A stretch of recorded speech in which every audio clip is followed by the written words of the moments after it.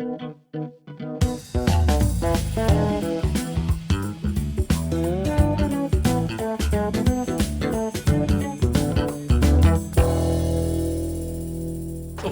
my name's Ralph and welcome back to the channel. It's my time. Let's go.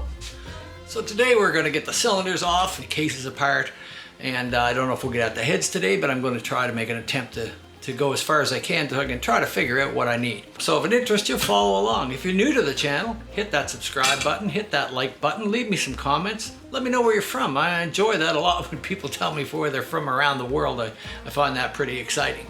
So with that being said, let's move on and let's get at it.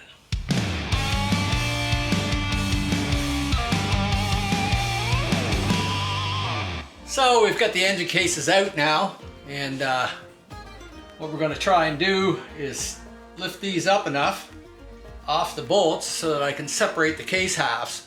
And once I have the case half separated, then I hope to split the flywheels, pull one flywheel off, and then I should be able to lift the rod off with the piston attached and the cylinder, put it in the press and see if I can press it out through. I'm pretty sure I can do that then, I hope. And then we can look at it and see how much of the cylinder is destroyed, or whether I can bore it out a couple sizes and make it reusable. So that's the plan. All right. So what I'm going to do now is get the seal out of the case here so I can spray it with some fluid. I'm just going to drill a little hole in there. I can get in around that.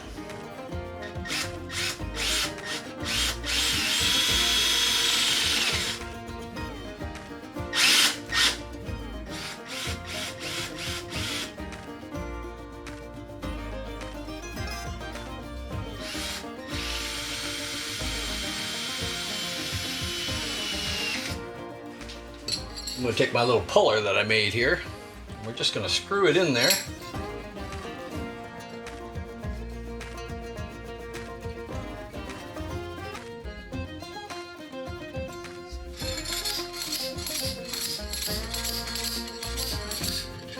There we go. So if you're interested in this little tool, I also have another one made like this. I have a couple of them. But if they interest you in pulling out seals, they're a great little unit, and I use them on everything, on engine seals, transmission seals, any kind of thing I can put a hole in. And this one actually has an Allen head on the end of it for hooking into the small oil seals on the fourth gear on the main shaft to pull those out. So if you're interested in those kind of things, I'll put a link in the description to the video, and maybe you can whip yourself up one. All right. And we'll spray some heat creep in there.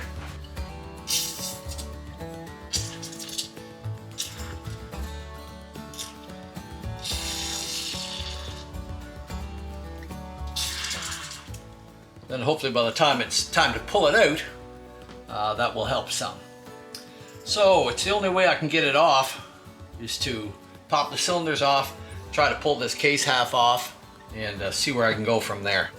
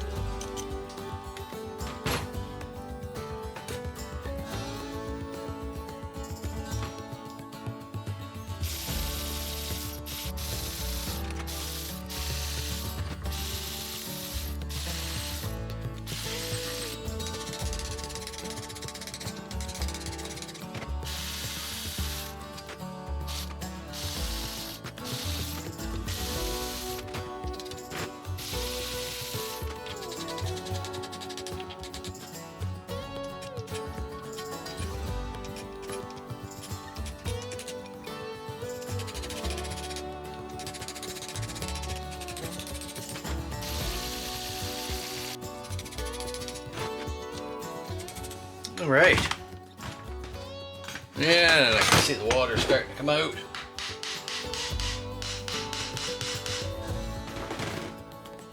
Here we go. Here comes the flood.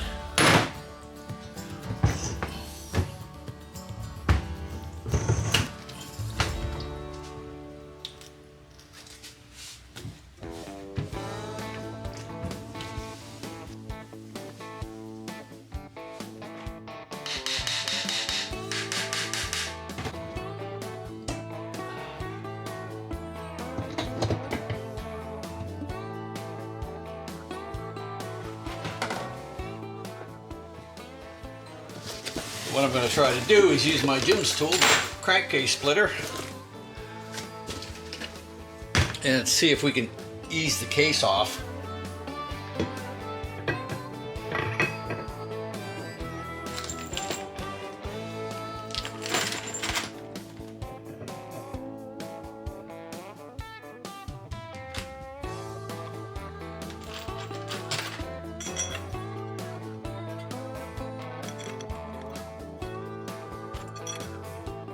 Now the plan is to try and pull the left side case off, and then I'm going to try to put the flywheels up in my little jig and see if I can split them, therefore taking the rods out.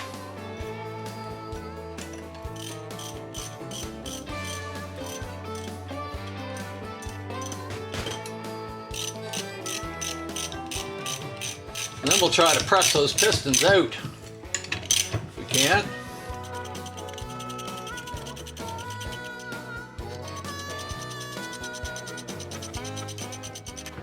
Oh, I heard a crack, so already it's trying to pull it in half.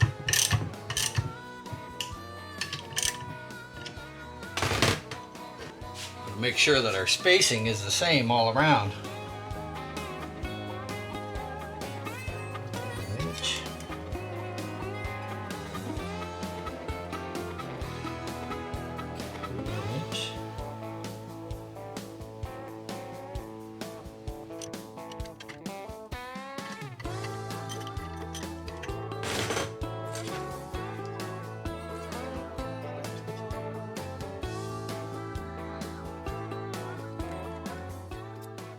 Little oil on the threads so that'll turn nice and easy there. I don't think it'll be too hard to come apart there. It's actually trying to move a little bit when just by tapping on it, but we will have water, no doubt.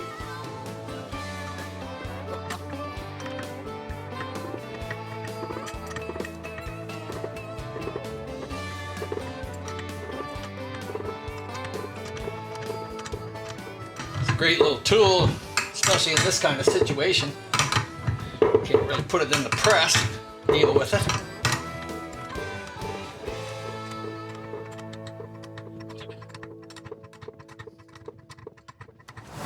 That should be it.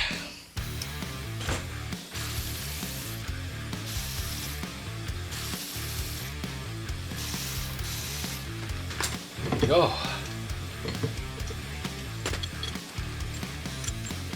Great little tool, saves us from beating and hammering on cases and trying to put something in there. And there, it's popped it right off. Let's have a look.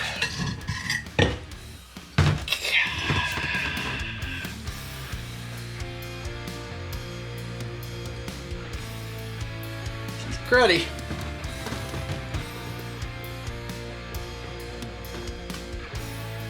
It's a mite messy.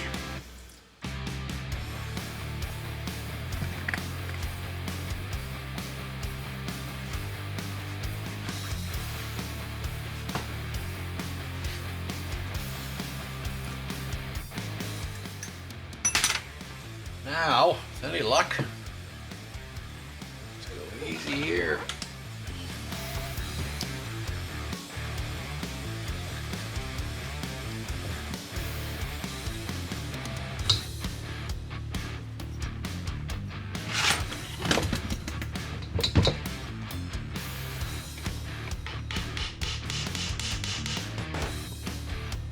To get that washer off.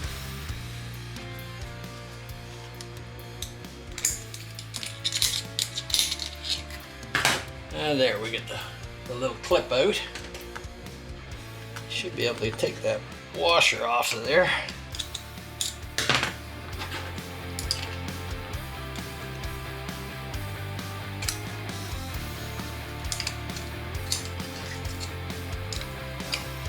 Okay.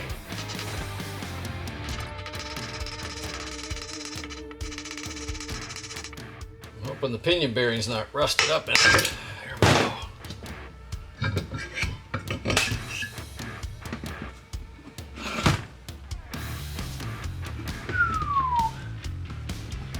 Yeah.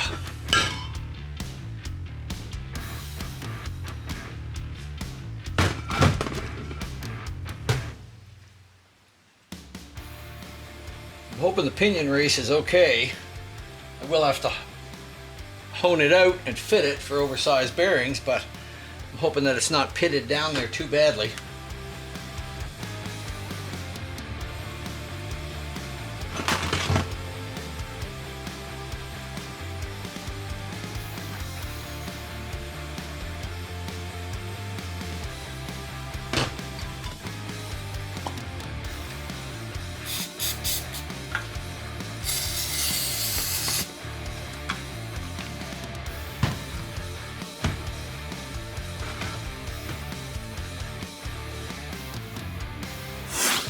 Sandpaper and see if I've just got a little bit of surface rust in there, or whether we're going to have to replace that.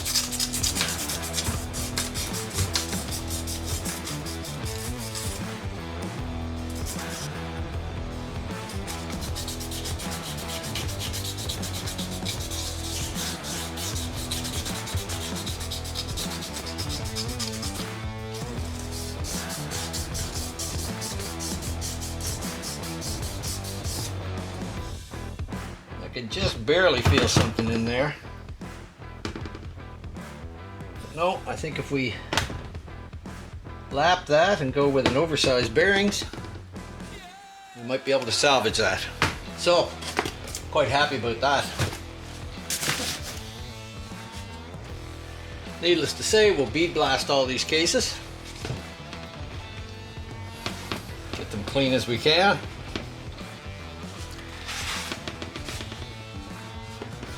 The surfaces all look good. God. Their cases have a 70A part number on them. Here. So if I remember correctly, there'll be 74 cases. Or if I'll double check and see whether they're 80 or 74 cases, but I believe they're 74s. All right. Part of the nightmare. All right, set those aside and clean them.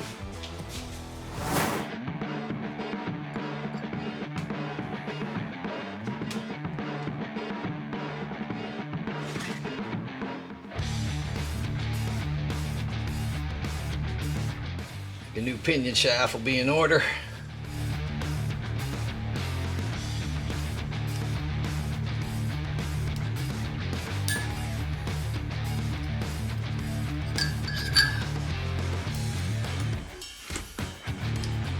For sure. And we have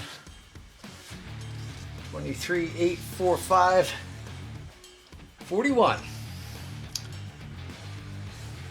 little bit of surface rust on there, but I think we're all right.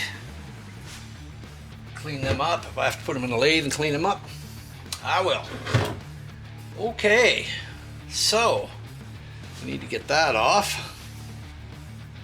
They're definitely older cases because we have the locks on them here.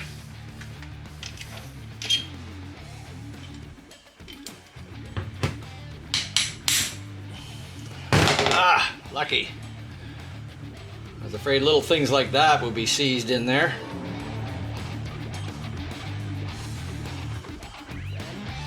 And these are the small sort of locks for the nuts. All right. So far, so good, I guess. Well, I don't know, Slick. I'm down and dirty here. Whether she'll ever be as shiny as some of your bikes are, it's hard to say. But it's up to us old guys to not let these ones be discarded, to not let them go to the crusher or the junk pile. You know, it's only us that'll fix them and try to bring them back to life and save them. And to me, that's what it's all about, is saving them, and so that someone like you, Slick, with your beautiful antiques and stuff, because someone took the time and tried to save them before they were ruined, and that's what it's all about to me. Okay, Milwaukee, do your shit.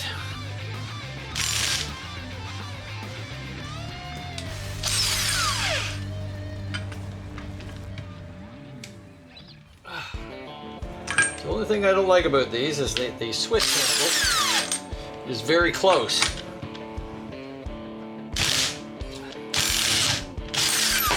Alright, yeah, but it takes them off. I used to have to do it with big bars and everything else to try and get them apart. But with that is the answer. So I imagine I'm gonna have to put it up in my jig to see if I can break it apart, but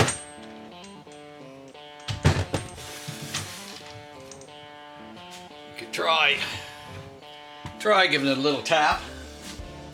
I don't think I'll get that lucky, but it would be nice.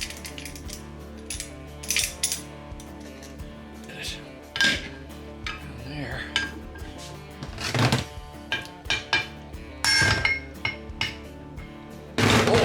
Oh, oh, we got lucky there. We got lucky there. All right. And once again, it's a beauty in there. So, ever so gently,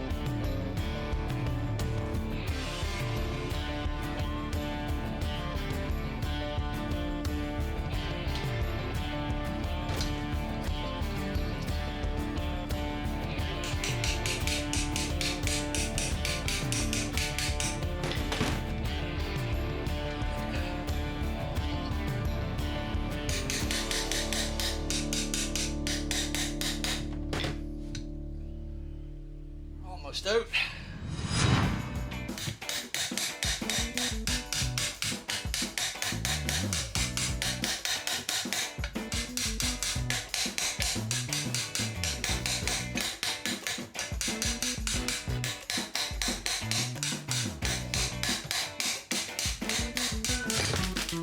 Oh, there we go.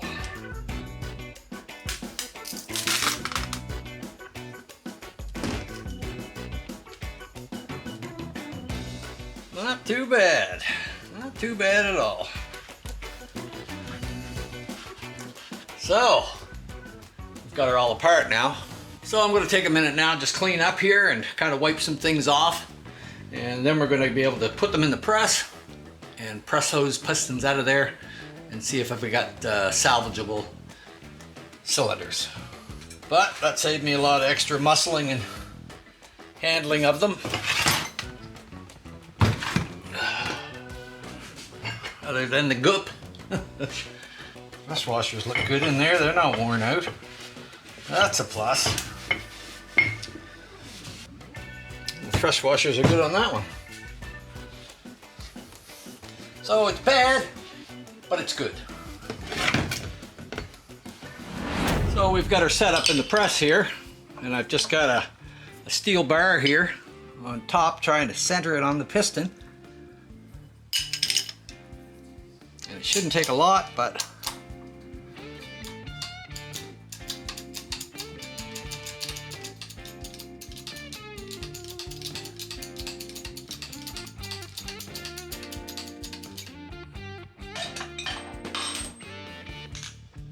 there we go. She was solid. Okay.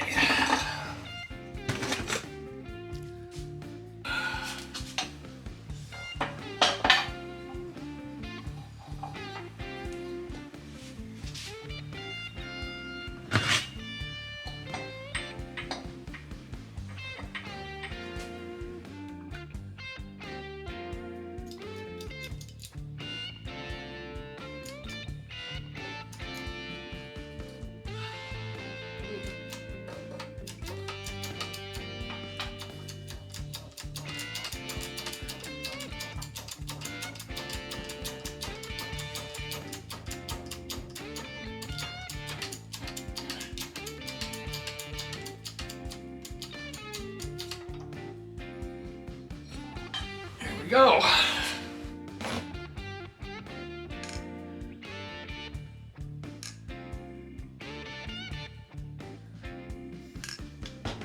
Yes. So now that we've got them out, and I look down inside, and you know, there's a lot of rust in there. But the cylinders don't appear to be gouged up and such. The vinegar ate quite a bit away.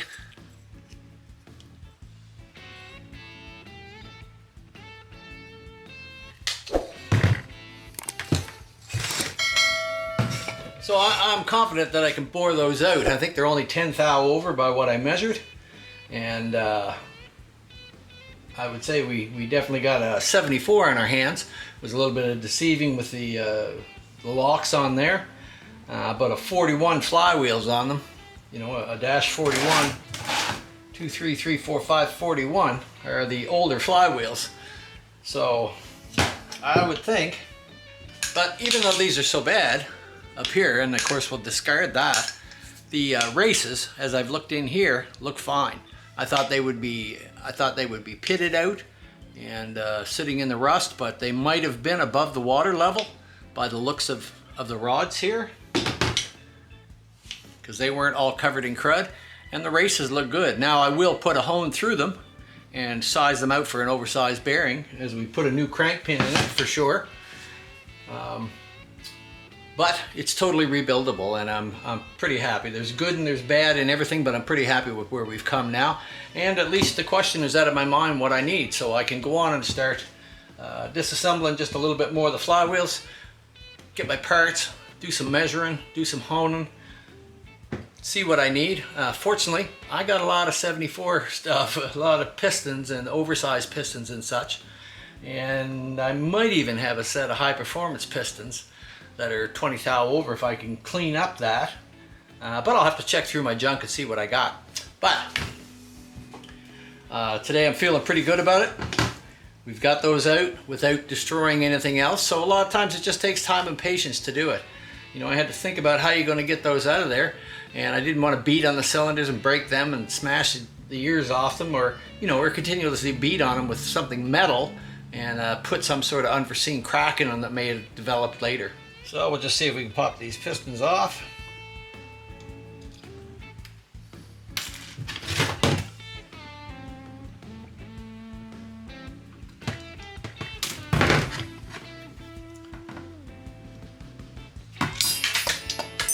Bing!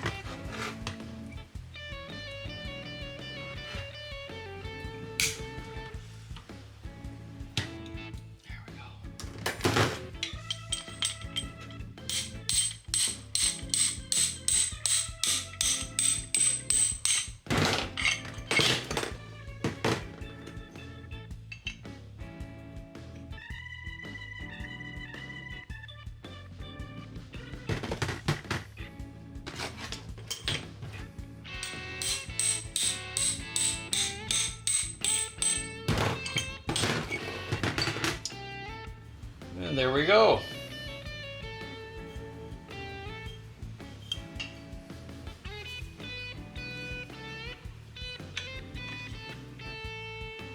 And they're not too bad.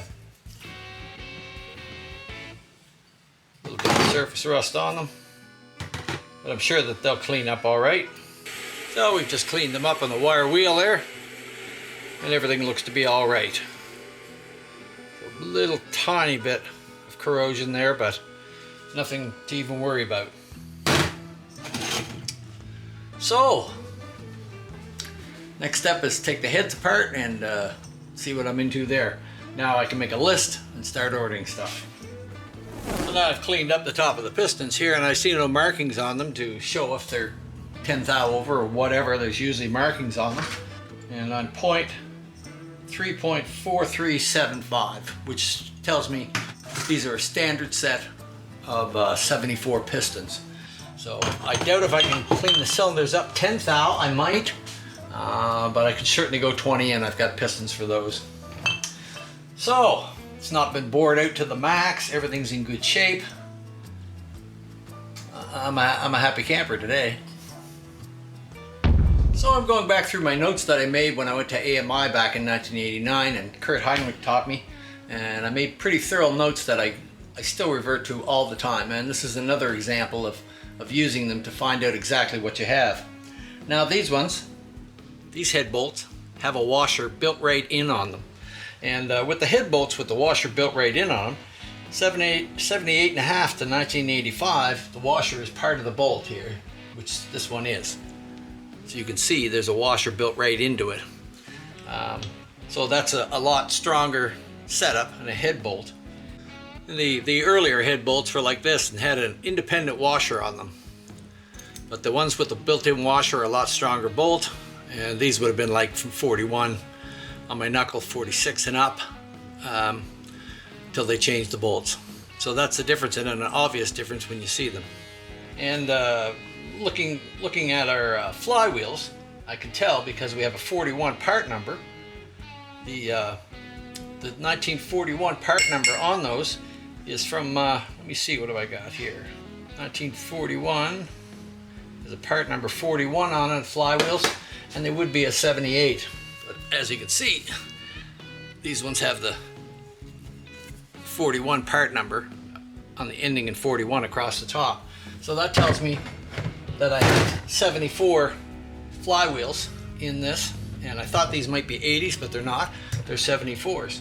So keeping track of things and keeping notes has been very invaluable to me, as a lot of information is lost over the years. And having these notes that Kurt laid everything out for us lets us know. Same as the pinion shaft, it's an end oiler, and the end oilers started in 73 and they went up to 81.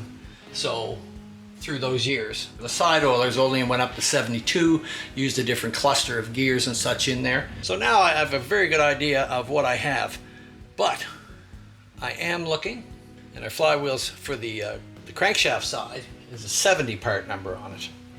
So they're actually also 74s. If they had a 78 ending part number in them, then they would be 80-inch flywheels. So we got a set of 74 flywheels and rods and the crank. So we know that we're a 74, and I'm kind of stoked about that because I haven't had a 74 to work on in quite some time. And they were strong little motors. So once we get these things apart, clean these up, throw the pistons away. I don't see any marking on them, but I'll mic them out to see how much oversize. We'll clean up the cylinders. And like I said, I got a few oversized pistons and stuff I can use, so maybe, hopefully, I won't have to buy new pistons and rings out because I have a few sets. But my Bible here is something that I use all the time. So if you've got notes like that, or you can keep something like that, it's invaluable to you, as you'll not know later what they are, and sometimes it's hard to source out the information. But between the head bolts, we know what they are. We're good to go. So I know what I got. I know what I got to get. Margaret's going to get a new bottom end in her, and she'll run sweet when she's done. Okay, so the next thing we're going to do is pull our heads apart and see what we got in there. So stick with us.